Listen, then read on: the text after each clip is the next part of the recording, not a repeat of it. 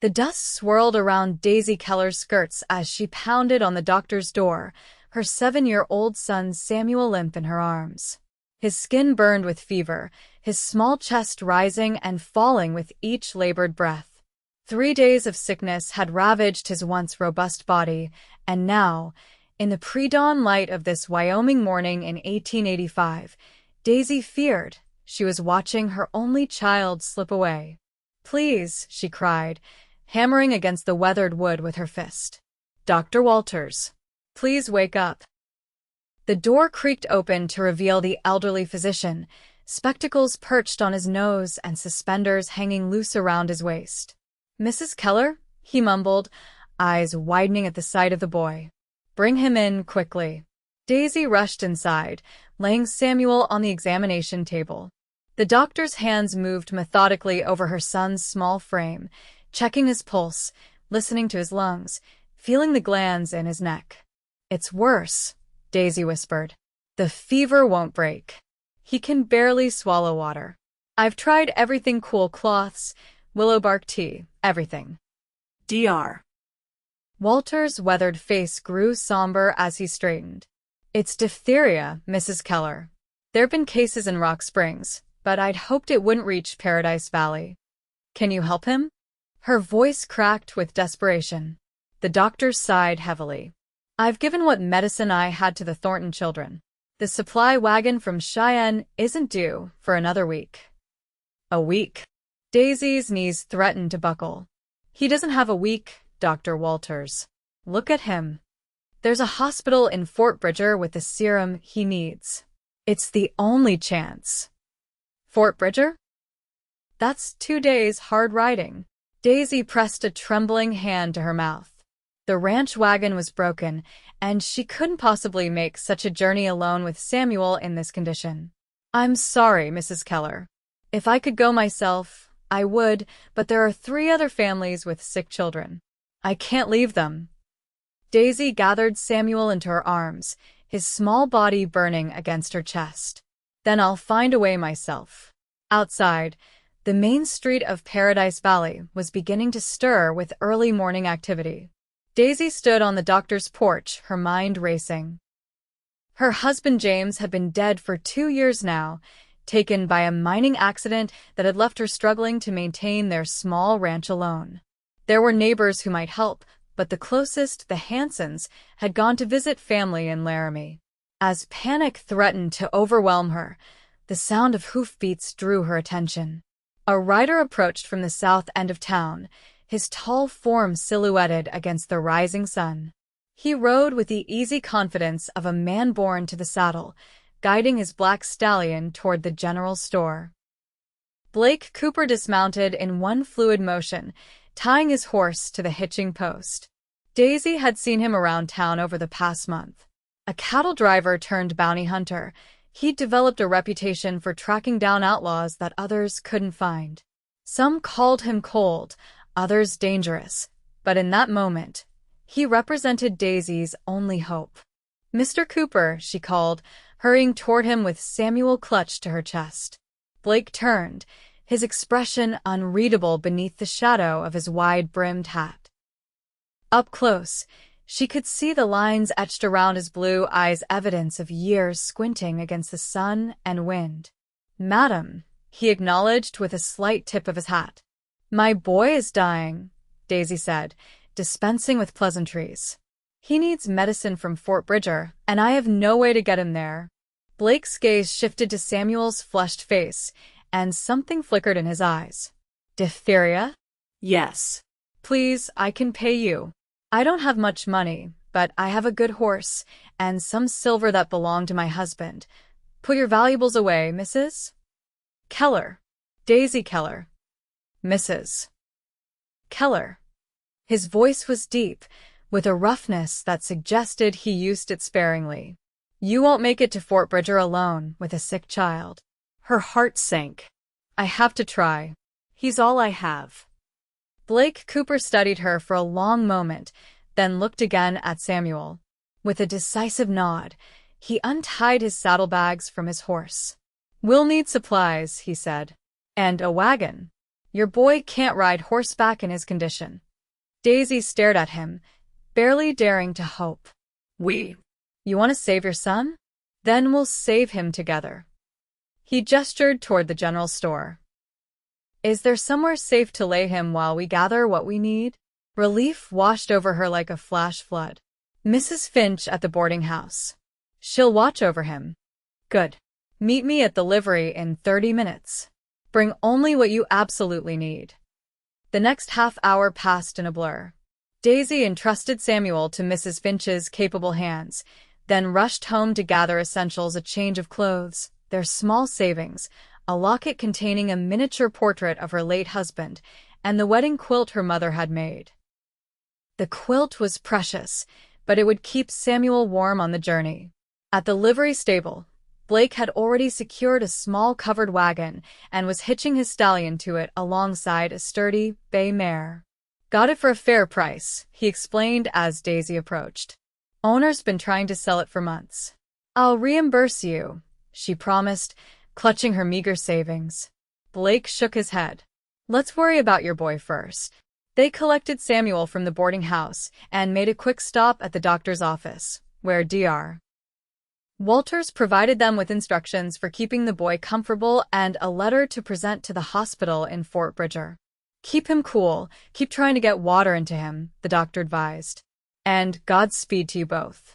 As they prepared to leave town, Blake helped Daisy arrange Samuel on a pallet in the wagon bed, covered with her wedding quilt.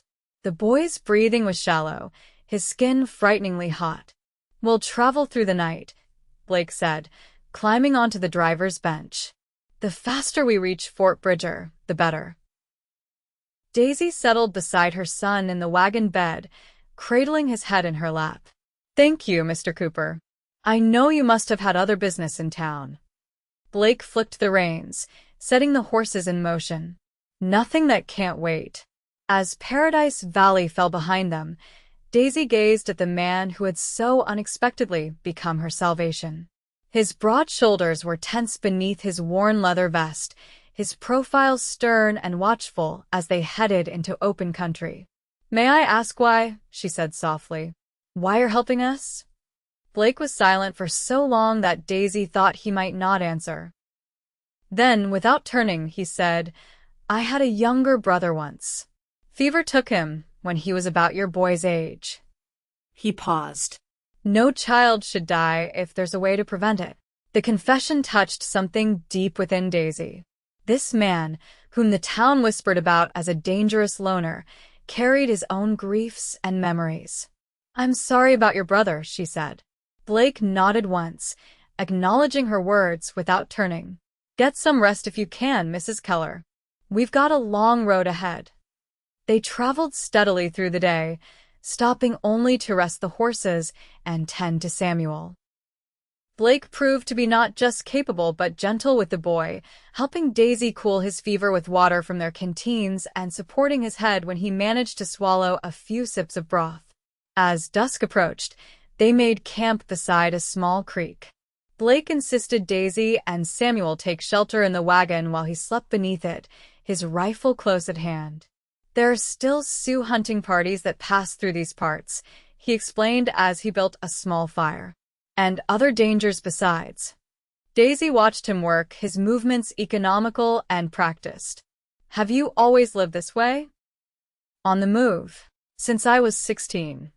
He fed another stick into the flames. My father was a wanderer too. Passed it down to me, I reckon. And your mother? Died when I was young. Too young to remember much more than the sound of her singing. Daisy thought of her own parents, still living comfortably in Boston. They had never approved of her marriage to James or her move west. After his death, they had written urging her to return east with Samuel, but Daisy had refused. The ranch, modest though it was, represented everything she and James had built together. What about you? Blake asked, surprising her with the question. You don't talk like you were born out here. Boston, she admitted. I came west with my husband 8 years ago. He had dreams of striking it rich in the silver mines. But he didn't. Daisy shook her head. No. The mine collapsed. 12 men died that day. Blake nodded, understanding in his eyes. And you stayed. It's our home, she said simply. Samuel's and mine. They fell silent, the crackling fire and Samuel's labored breathing the only sounds. Daisy checked her son's temperature again, her heart clenching at the heat radiating from his skin. He's not getting better, she whispered. Blake moved to her side, examining the boy. He's not getting worse either. That's something. He's so small, Daisy said, tears threatening. He's always been small for his age. The other children sometimes tease him, but he never lets it trouble him. He just says he'll grow big and strong like his pa someday. Sounds like he's got spirit. Blake's voice was gruff but kind. That counts for a lot when you're fighting something like this. Daisy looked up at him, really seeing him for the first time. In the firelight, his face seemed younger. The hardness softened. There was a scar along his jawline, partially hidden by stubble, and another that disappeared into his hairline. You should try to sleep, he said, rising. I'll keep watch for a while. Daisy didn't think she could rest, but exhaustion claimed her shortly after she lay down beside Samuel in the wagon. She woke sometime in the night to find Blake placing another blanket over them both. The temperature's dropping, he explained quietly. Don't want him catching a chill on top of everything else. She caught his hand impulsively. Thank you. His fingers were rough with calluses, but warm against hers. For a moment, he seemed startled by the contact, then gently extricated himself. Get some more sleep, he said. We'll start moving again at first light. Dawn broke cold and clear. Samuel's condition remained unchanged, not better, but mercifully not worse. Blake had coffee brewing when Daisy awoke and offered her a tin cup of the strong, bitter liquid. Not much for breakfast, I'm afraid, he said. Just some hardtack and jerky. It's more than enough. Daisy accepted the provisions gratefully. How much farther to Fort Bridger? If we keep a good pace and don't run into trouble, we should reach it by tomorrow evening. They set out as the sun crested the horizon, Blake driving the wagon with steady hands while Daisy tended to Samuel. The terrain grew rougher as they left the relative safety of the valley, climbing into more sparsely populated country. Around midday, Blake pulled the wagon to a halt, his posture suddenly alert. Daisy looked up, alarmed. What is it? He put a finger to his lips, his gaze fixed on a distant ridge. Riders. Coming this way. Daisy peered in the direction he indicated, making out several dark shapes moving against the sky. Indians? No. Blake's expression darkened. White men. 4 of them. He reached for his rifle. Get down and stay quiet. Daisy huddled over Samuel, her heart pounding. She heard the riders approach, their horses' hooves thundering across the hard ground. Well, a man's voice called. What have we here? Just passing through, Blake replied evenly. Heading to Fort Bridger. That's so? Mighty lonely country to be traveling with a woman. Daisy risked a glance over the side of the wagon. 4 rough-looking men surrounded them, all armed, their horses dancing nervously. The speaker, a heavy-set man with a matted beard, leered at her. Pretty lady you got there, mister. Might be worth something. Blake's rifle remained steady in his hands. My wife and I would appreciate being left in peace. Our son is sick. The lie rolled off his tongue so naturally that Daisy almost believed it herself. The bearded man's eyes narrowed. Cooper? Blake Cooper? Recognition dawned on his face. Boys, we got ourselves the man who tracked down Jesse Tate. You know me, Blake said coolly. Then you know what happens to men who cross my path with bad intentions. A tense silence followed. Daisy held her breath, one hand on Samuel's chest, feeling each precious heartbeat. We don't want no trouble with you, Cooper, another rider said nervously. Didn't recognize you at first. The bearded man spat on the ground. Hell, we was just funning anyway. Didn't mean nothing by it. Then you won't mind riding on, Blake suggested, his rifle unwavering. The men exchanged glances, clearly weighing their options. Finally, the bearded one shrugged. Whatever you say, Cooper. But these hills ain't safe for a family. Might want to watch your back. Always do, Blake replied. With reluctant nods, the riders wheeled their horses around and galloped away. Only when they were well out of sight did Blake lower his rifle. Friends of yours? Daisy asked shakily. The opposite, Blake said grimly. Hank Mullins and his gang. Small-time thieves who fancy themselves outlaws. They've got a price on their heads in Colorado. Will they come back? Not if they've got any sense. He checked Samuel, who had slept through the entire encounter. How's he doing? The same. Daisy brushed a lock of hair from her son's forehead. You told them he was your son. Blake's eyes met hers briefly. Men like that respect family ties more than a hired guide. It was safer that way. They continued their journey, now traveling with greater caution. Blake chose less obvious routes, avoiding the main trail when possible.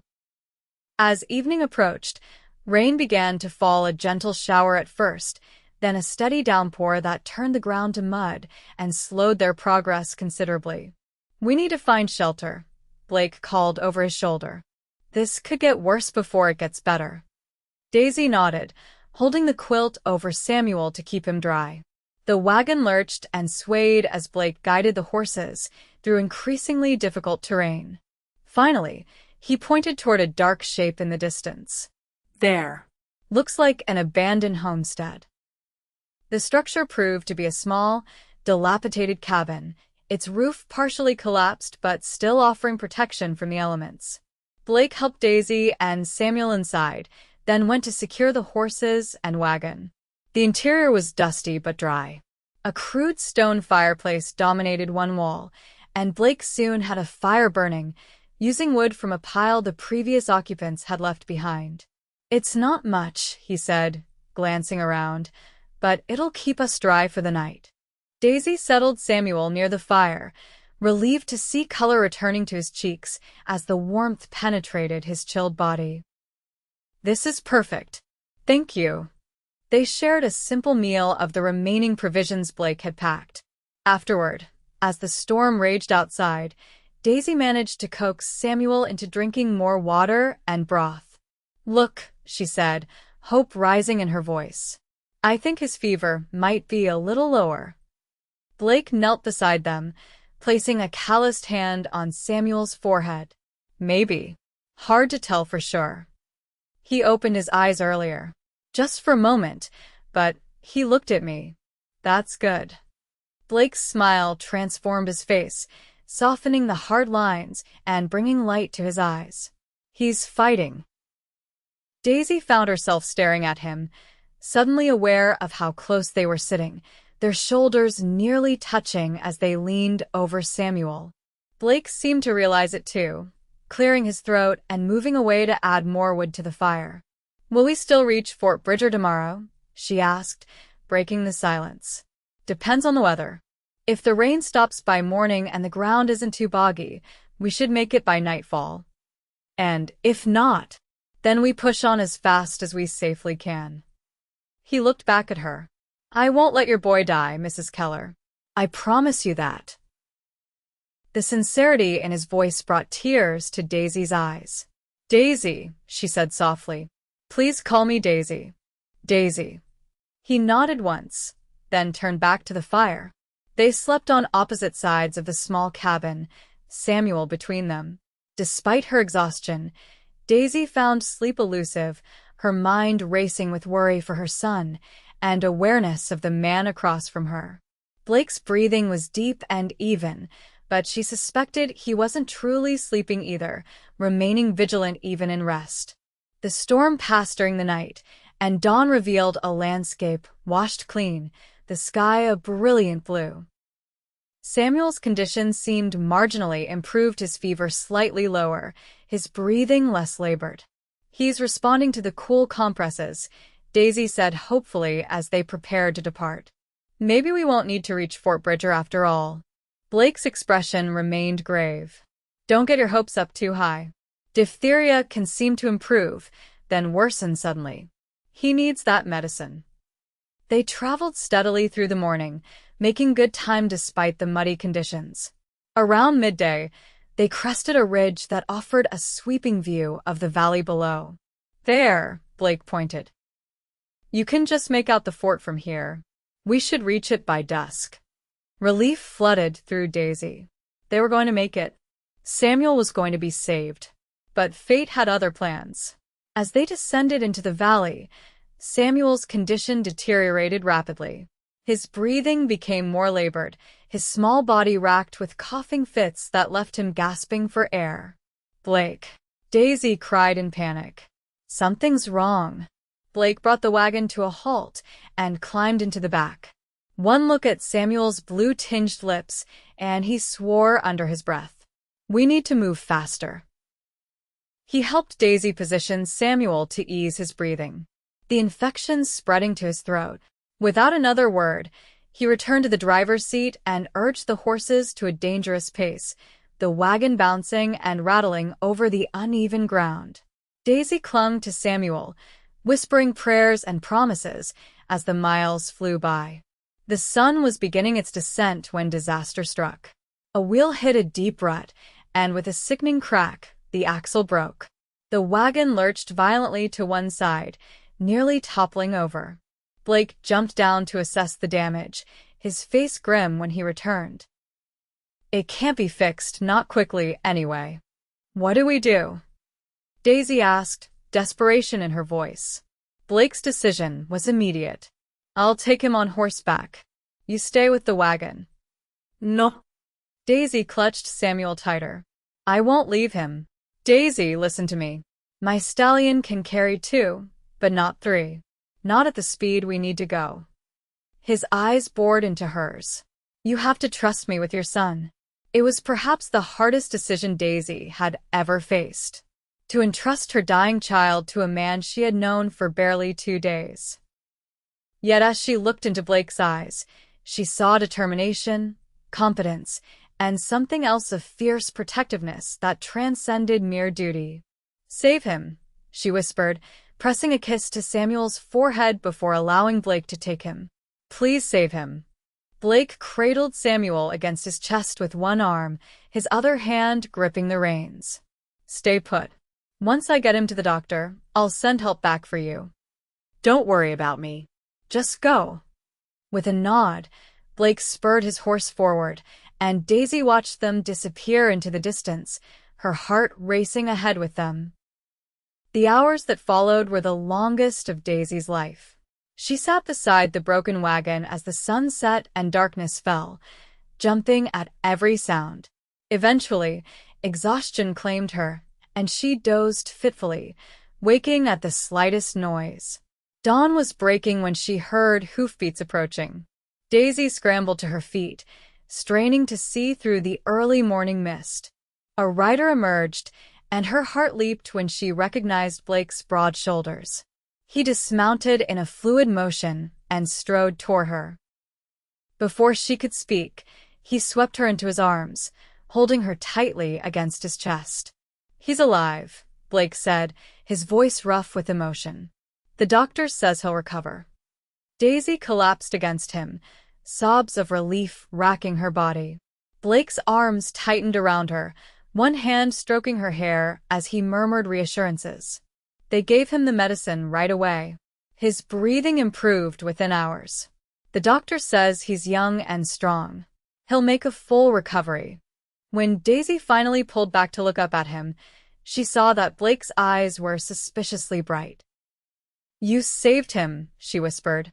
You saved my son. We saved him, Blake corrected gently. Together, like I promised. The ride to Fort Bridger was peaceful compared to their previous journey.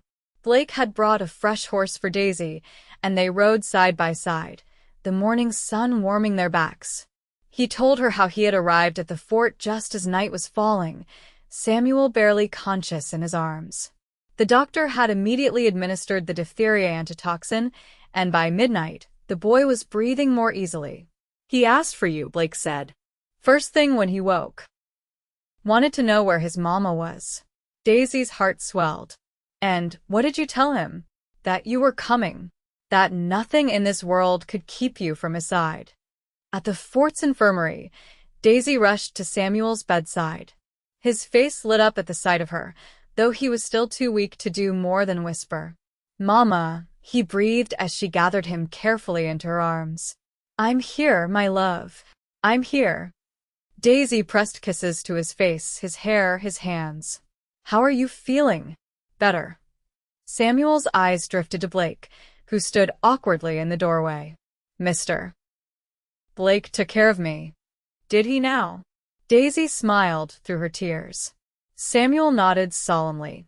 He told me stories about when he was a cowboy. And he said. The boy's voice dropped to a conspiratorial whisper. He said I'm brave like my pa was. Daisy looked up at Blake, who shifted uncomfortably under her gaze. Mr. Blake is right about that, she said. You are very brave. The doctor insisted Samuel remain at the infirmary for at least 3 days to ensure his complete recovery. During that time, Blake made arrangements to have the wagon repaired and found lodging for Daisy at the fort's small hotel. You should get some rest yourself, he told her on the second evening, after she had spent most of the day at Samuel's bedside. You've barely slept in days. I could say the same to you, Daisy replied, noting the dark circles under his eyes. Have you slept at all since we arrived? Blake shrugged. I've gone longer without. That's not an answer. Impulsively, she reached out and took his hand. Join me for supper, at least. The doctor said Samuel needs to sleep, and the hotel dining room serves a decent meal. To her surprise, Blake accepted. Over a simple but nourishing meal of roast beef, potatoes, and apple pie, Daisy learned more about the man who had saved her son's life. Blake Cooper had been born in Tennessee, the eldest son of a restless father who moved the family west when Blake was 10. After his mother and brother died, Blake and his father had drifted from place to place, working as ranch hands, miners, and whatever else would put food on the table. Pa died when I was 20, Blake said, twirling his fork absently. Caught a bullet meant for someone else during a saloon fight in Abilene. I'm sorry, Daisy said softly. It was a long time ago. Blake's gaze met hers. What about you? How did a Boston society girl end up ranching in Wyoming? Daisy laughed. I wasn't exactly society. My father owns a bookshop. Comfortable enough, but hardly wealthy. She smiled at the memory. I met James at a lecture on Western expansion. He was visiting relatives in Boston, full of dreams about silver mines and cattle empires. He painted such a vivid picture of the West that I fell in love with it before I ever saw it. And with him? Yes, Daisy admitted. With him too. My parents thought I was mad to follow him west, but I never regretted it. Not even after the mine collapse. Blake studied her thoughtfully. It takes courage to build a life so far from everything familiar. No more courage than it takes to live as you do, Daisy countered. At least I have a home, a community. And now? The question hung between them. Daisy hadn't allowed herself to think beyond getting Samuel to safety, but now reality intruded. The ranch would still be there, still demanding more work than she could realistically manage alone. The mortgage payment would still be due at the bank in Paradise Valley. Now we go home, she said simply. And I find a way to make it work. Blake nodded, something like disappointment flickering in his eyes before he masked it. The wagon should be ready tomorrow. We can leave whenever the doctor says Samuel is fit to travel. That moment came the following afternoon. The doctor pronounced Samuel well enough to return home, though he cautioned that the boy would need continued rest and nourishing food to regain his full strength. You're a lucky young man, the doctor told Samuel as he prepared to discharge him. If your mother and Mr. Cooper hadn't gotten you here when they did, we might be having a very different conversation. Samuel, sitting up in bed and looking remarkably improved, nodded solemnly. Mr. Blake said God wasn't ready for me yet because I have important things to do first. Blake, standing nearby, looked embarrassed at having his words repeated. Just something my ma used to say, he mumbled. The journey back to Paradise Valley was leisurely compared to their desperate race to Fort Bridger. Blake insisted they travel in short stages, stopping frequently to allow Samuel to rest. What could have been a 2-day journey stretched to 4, but Daisy found she didn't mind. These peaceful days, watching Samuel grow stronger and spending evenings around the campfire with Blake, were a respite after the terror and exhaustion of the previous week. On their final night on the trail, with Paradise Valley just a few hours' ride away, Samuel fell asleep early, leaving Daisy and Blake alone by the fire. For a long while, they sat in comfortable silence until Daisy worked up the courage to ask the question that had been on her mind. What will you do now? When we reach town? Blake poked at the fire with a stick, sending sparks spiraling into the night sky. I've got business in Colorado. A bounty I was tracking before. He trailed off. Before you abandoned everything to save a stranger's child, Daisy finished softly. He shrugged, uncomfortable with her gratitude. Anyone would have done the same. No, Daisy shook her head firmly. Not anyone. What you did, Blake, it was extraordinary. It wasn't entirely selfless, he admitted after a moment, his eyes meeting hers across the fire. Something about you. And Samuel. I couldn't walk away. Daisy's heart quickened at his words and the intensity in his gaze. I'm glad you didn't. Blake set aside his stick and moved to sit beside her on the fallen log she had claimed as a seat. Tentatively, as if afraid she might pull away, he took her hand in his. Daisy, he began, his voice rough with emotion, I know it hasn't been long, and I know you have your ranch and your life in Paradise Valley, but, she prompted when he hesitated. But I'd like to come back. After Colorado. His thumb traced circles on her palm. If you'd allow it. Daisy felt a warmth that had nothing to do with a fire spreading through her. I think Samuel would like that very much. And his mother? She turned to face him fully, allowing him to see the truth in her eyes. His mother would like that even more. Blake's smile was slow and sweet, transforming his weathered face. Gently, he raised her hand to his lips and pressed a kiss to her knuckles. Then I'll come back, he promised. As soon as I can. They reached Paradise Valley the next afternoon to find the town in the midst of preparations for the Harvest Festival. News of their return spread quickly, and by evening, neighbors were stopping by the ranch to welcome them home and check on Samuel's recovery. Blake remained in the background during these visits, uncomfortable with the attention and praise directed his way.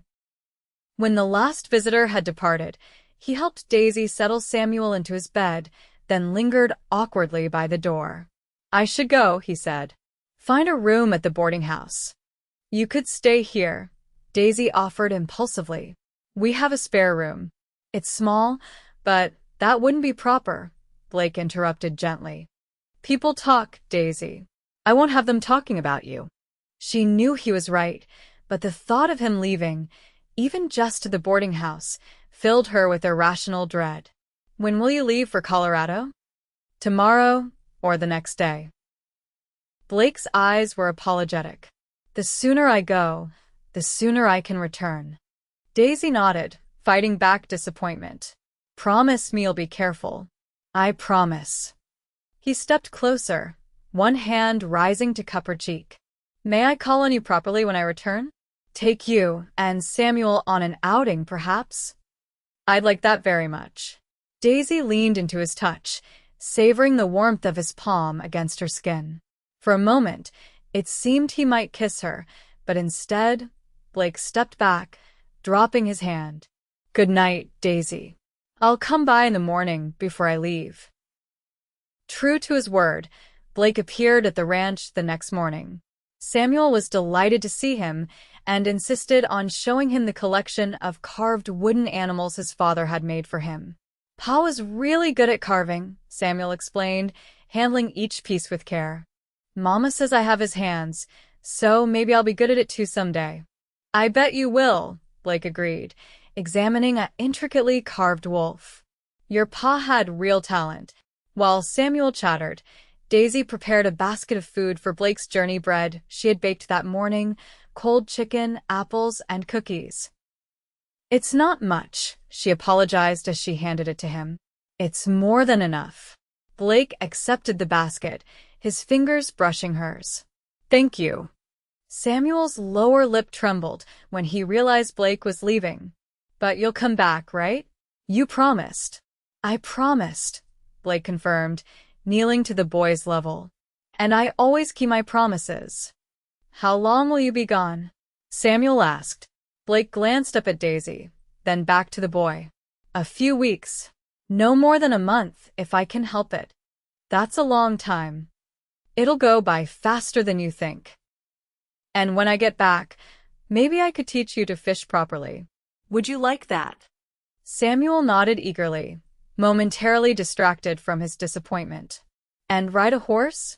Mama says I'm too little, but I'm getting bigger every day. We'll see what your mother says, Blake replied diplomatically, rising to his feet. For now, you focus on getting your strength back completely. The goodbye was difficult. Daisy walked Blake to his horse, which was saddled and ready by the corral. A month, she repeated. That's your promise? Or less, if I can manage it. Blake adjusted his saddlebags, not quite meeting her eyes. Daisy, I need to say something before I go.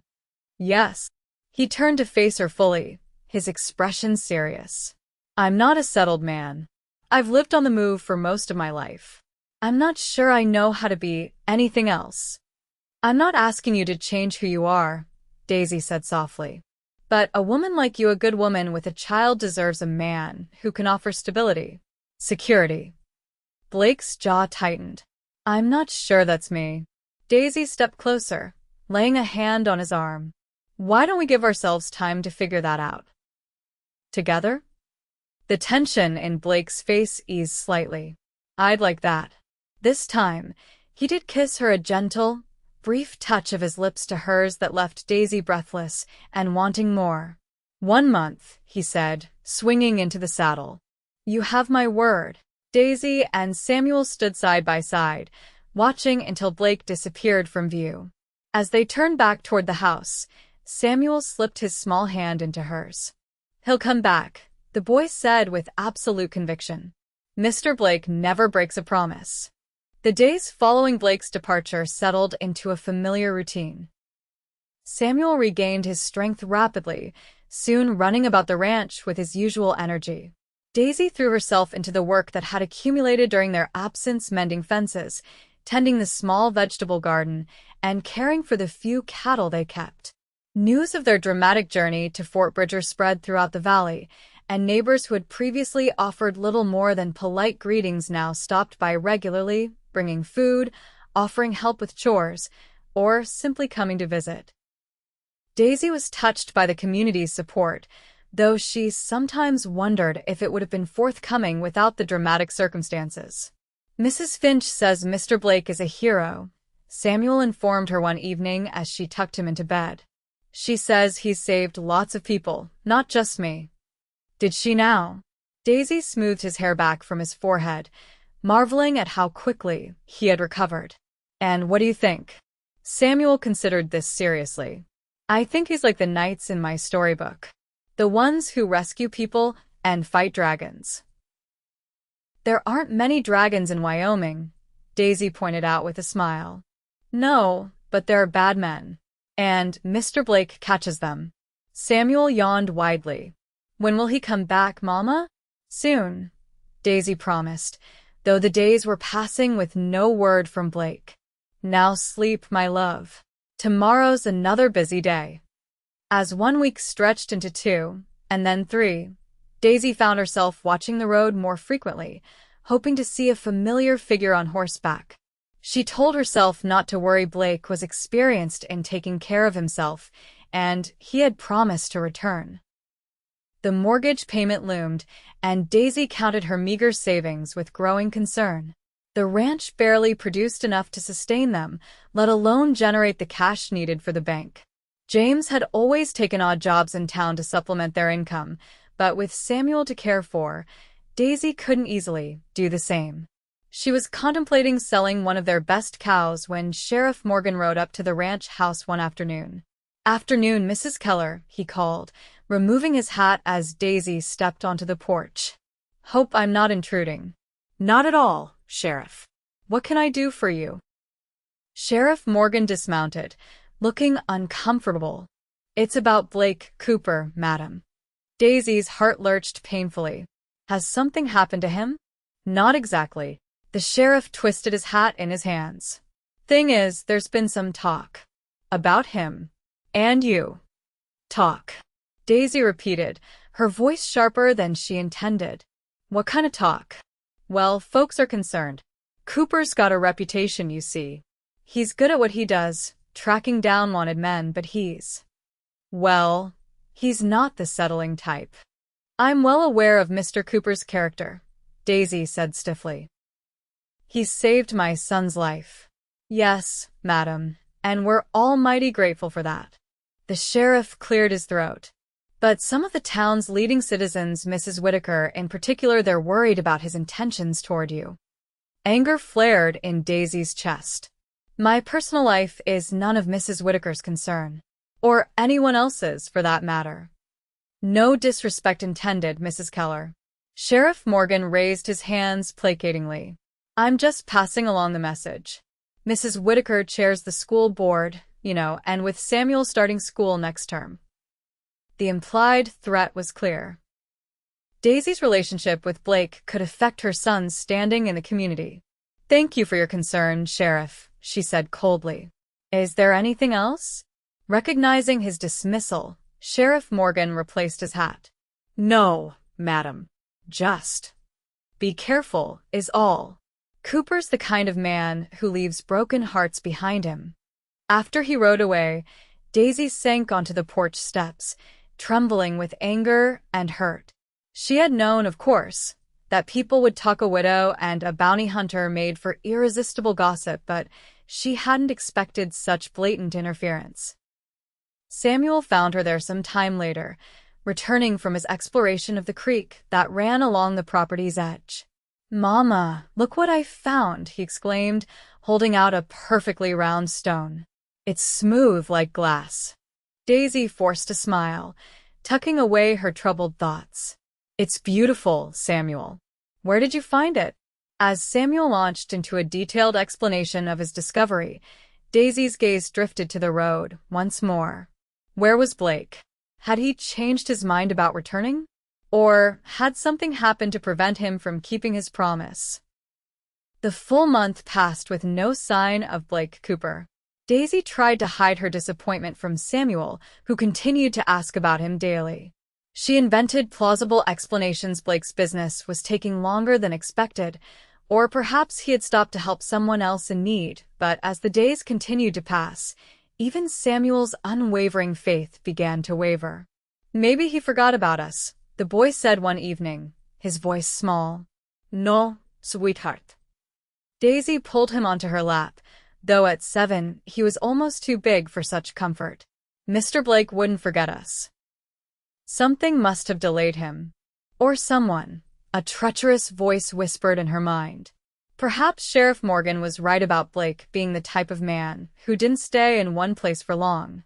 It was nearly 6 weeks after Blake's departure when Daisy heard hoofbeats approaching the ranch late one evening. Samuel was already asleep, and she was mending by lamplight, trying to ignore the gnawing worry that had become her constant companion. Setting aside her sewing, Daisy moved to the window, peering out into the gathering darkness. A rider was approaching slowly, his form silhouetted against the twilight sky. Even at a distance, she recognized the broad shoulders and easy seat that could only belong to Blake Cooper. Relief and joy warred with hurt and anger as Daisy stepped onto the porch to meet him. Blake dismounted stiffly, and as he moved into the light spilling from the open door, she gasped. His face was bruised, a healing cut running along his cheekbone, and he favored his left leg as he approached. "Daisy," he said simply, his voice as rough and warm as she remembered. "You're late," she replied, fighting to keep her tone neutral despite the emotions churning inside her. "I know." Blake's eyes were apologetic. "I would have sent word if I could. What happened?" Daisy's resolve to remain aloof crumbled at the sight of his injuries. "Are you all right?" "I've been better." A ghost of a smile crossed his lips. "But I've been worse too." Daisy stepped aside to let him enter the house. "Samuel's asleep. He's been asking for you every day." "I'm sorry to have disappointed him." Blake removed his hat, revealing more bruises and a bandage at his temple. "To have disappointed you both. Sit down before you fall down," Daisy ordered, gesturing to the table. "I'll make coffee, and you can tell me where you've been for the past 6 weeks." As she busied herself with the coffee pot, Blake eased himself into a chair with a barely suppressed groan. "I caught up with my bounty in Leadville," he began. "Amos Taggart. Wanted for robbery and murder in 3 territories." "And he did that to you?" Daisy nodded toward his injuries. Some of it. The rest came later. Blake accepted the cup she offered, his hands steadier than she would have expected given his condition. "Taggart had friends who didn't take kindly to my interrupting their plans. They ambushed us on the way back to Denver." Fear clutched at Daisy's heart. "They could have killed you." "They tried."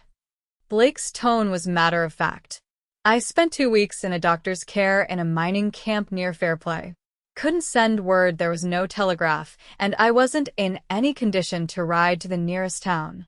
Daisy sat across from him, studying his face. The injuries were consistent with his story, and there was a weariness in his eyes that spoke of genuine pain and exhaustion. "I believe you," she said softly, "but you should know that people have been talking about us." Blake's expression hardened. "What kind of talk?" "The usual. Warnings about your character. Concerns about your intentions." Daisy shrugged, aiming for nonchalance. "The sheriff even paid me a visit." "Morgan." Blake's voice was dangerously quiet. "What did he say?" "Nothing I couldn't handle." Daisy reached across the table to touch his hand. "Blake, it doesn't matter what they say. What matters is that you came back." "I promised I would." He turned his hand to capture hers. "Daisy, I need to ask you something important." "Yes." "The bank in town, is it still threatening to foreclose on your ranch?" Surprised by the change of subject, Daisy nodded slowly. "The payment's due in 3 days. I don't have enough, but Mr. Peterson at the general store has offered to buy 2 of our cows. It will be enough to make this payment at least." Blake reached into his vest pocket and withdrew a folded document, which he placed on the table between them. "You might want to read this before you sell your livestock." Puzzled, Daisy unfolded the paper. It was a bank draft for a considerable sum, made out to her name. "What is this?" she asked, staring at the numbers in disbelief. "The bounty on Taggart's head. $500. Blake's eyes held hers steadily. "It's yours." "Blake, I can't accept this." "This is your livelihood, I want you to have it," he interrupted. "Consider it payment for room and board for the next few months." Daisy's breath caught. "The next few months?" "If you'll have me." Blake's expression was earnest, vulnerable in a way she had never seen before. "I've been thinking, Daisy, about what I want, about what kind of life I want to live." "And what did you decide?" "That I'm tired of chasing men who don't want to be caught. Tired of sleeping under the stars alone." His thumb traced circles on her wrist. "I want to see if I could make a go of it here. With you and Samuel." Joy bloomed in Daisy's chest, but caution tempered it. "What about what the sheriff said? About you not being the settling type?" "I've never tried to settle before," Blake admitted. "Never had a reason to. But I think with you I'd like to try." Daisy studied him, seeing beyond the bruises to the man beneath, strong, honorable, and far gentler than his reputation suggested. "It won't be easy," she warned. Ranching is hard work, and the gossips won't stop talking just because you decide to stay. I'm not afraid of hard work. Blake's lips quirked in a half-smile. And I've never much cared what people say about me. What about bounty hunting? Could you really give it up? Blake was silent for a moment, considering. Not all at once, perhaps. But I could be more selective. Take only jobs close to home. And, eventually, he shrugged. There are other ways to make a living. Daisy realized she was clutching the bank draft tightly enough to crease it. Carefully, she smoothed it out and folded it again. I won't use this to pay off the mortgage, she decided. Not all of it, anyway. We'll use part of it to buy more cattle, maybe fix up the north pasture. As an investment in our future. Our future, Blake repeated, a slow smile spreading across his face. I like the sound of that. He rose from his chair, wincing slightly at the movement, and came around the table to stand before her. Taking both her hands in his, he drew her to her feet. Daisy Keller, he said solemnly, I can't offer you much in the way of stability yet. I'm still figuring out how to be the kind of man who stays in one place. But I can promise you this, I will never willingly leave you or Samuel again. If you'll have me, I want to build a life here, with both of you. Tears blurred Daisy's vision as she gazed up at him. That sounds an awful lot like a proposal, Mr. Cooper. Maybe it is, Blake admitted, his voice rough with emotion. Not yet, perhaps I know it's too soon, but someday. If you'll be patient with me. In answer, Daisy rose on tiptoe and pressed her lips to his. Blake's arms came around her, holding her as if she were the most precious thing in the world. The kiss deepened, conveying all the longing and hope that words couldn't express. When they finally broke apart, both breathless, Blake rested his forehead against hers. I take it that's a yes?